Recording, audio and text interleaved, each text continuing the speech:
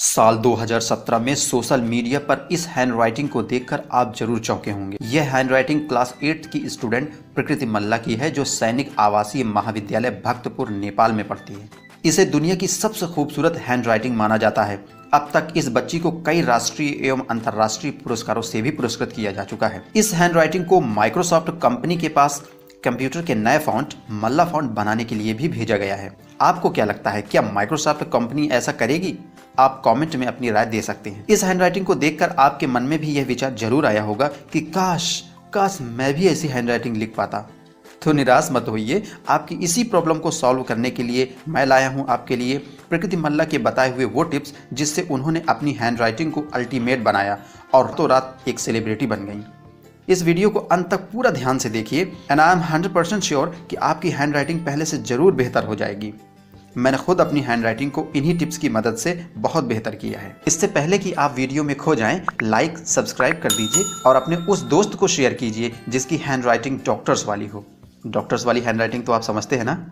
चलिए, tips number 1, pen और उसके पकड़ने का तरीका। Pen and their holding method. Pen के बारे में मुझसे बहुत लोग पूछते हैं कि किस कंपनी का पेन लिया जाए, तो मैं उन्हें बताता हूं कि कंपनी कोई भी हो, पर आप हमेशा ऐसे पेन का चुनाव कीजिए जो तेज चलाने पर इंक न छोड़ता हो और न ही पेपर पर गहरे मार्क बनाता हो। पेन खरीदते समय एक और बात का ध्यान रखिएगा कि उसकी इंक अधिक न निकलती हो, क्योंकि आपके हाथ यदि लिखावट पर पड़ जाते हैं तो अक्षरों की इंक फैल सकती है, जिससे पेज देखने में भद्दा लगने लगता है।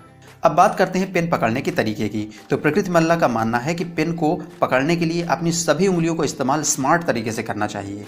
अंगूठे के ऊपर एवं अन्य भागों में उंगलियों से अच्छी मजबूत पकड़ बनानी चाहिए, जिससे लिखते समय पेन हाथों से अनावश्यक इधर उधर नहीं आएगा।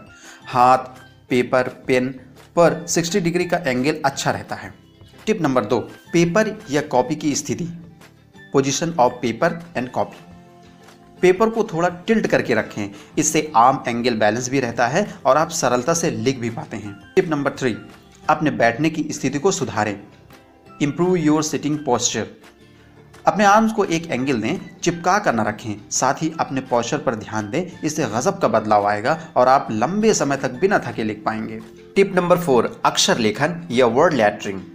अक्षरों में आई हर सीधी लाइन को बिल्कुल सीधा बनाएं एवं गोल आकृतियों को बिल्कुल गोल बनाएं। अगर आप शब्दों को बहुत दूर दूर लिखेंगे तब भी आपकी राइटिंग अच्छी नहीं दिखेगी, इसीलिए प्रत्येक शब्द के बीच में सिर्फ एक ही अक्षर का गैप रखें। हिंदी में अक्षरों को टेढ़ा मेढ़ा लिखने की बजाय सीधा ही लिखें, क्योंकि सीधे अक्षर ज्यादा सुंदर दिखाई देते हैं। जहां तक लाइन पर लिखने की बात है तो आप लाइन के ऊपर या नीचे किसी एक का चुनाव करके लिखें। इंग्लिश के वर्ड्स को लाइन के ऊपर ही लिखें एवं थोड़ा सा तिरछा यानी इटैलिक लिखें, इससे वे ज्यादा अट्रैक्टिव लगते हैं। हिंदी में शब्दों के ऊपर लाइन या शिरोलाइन, जिसे शीर्ष लाइन भी कहते हैं, अवश्य खींचिए। मात्राओं को हमेशा लाइन से ही मिलाएं एवं ए या ए की मात्रा में गोला बड़ा ना बनाएं। सभी अक्षरों के आकार समान होने चाहिए। लिखते समय इस बात का भी ध्यान रखें कि पेन को बहुत दबाकर न लिखें, क्योंकि इससे पेज में गड्ढे पड़ जाएंगे और राइटिंग आपकी खराब दिखाई देने लगेगी। शब्दों को क्लियर और सुंदर बनाएं।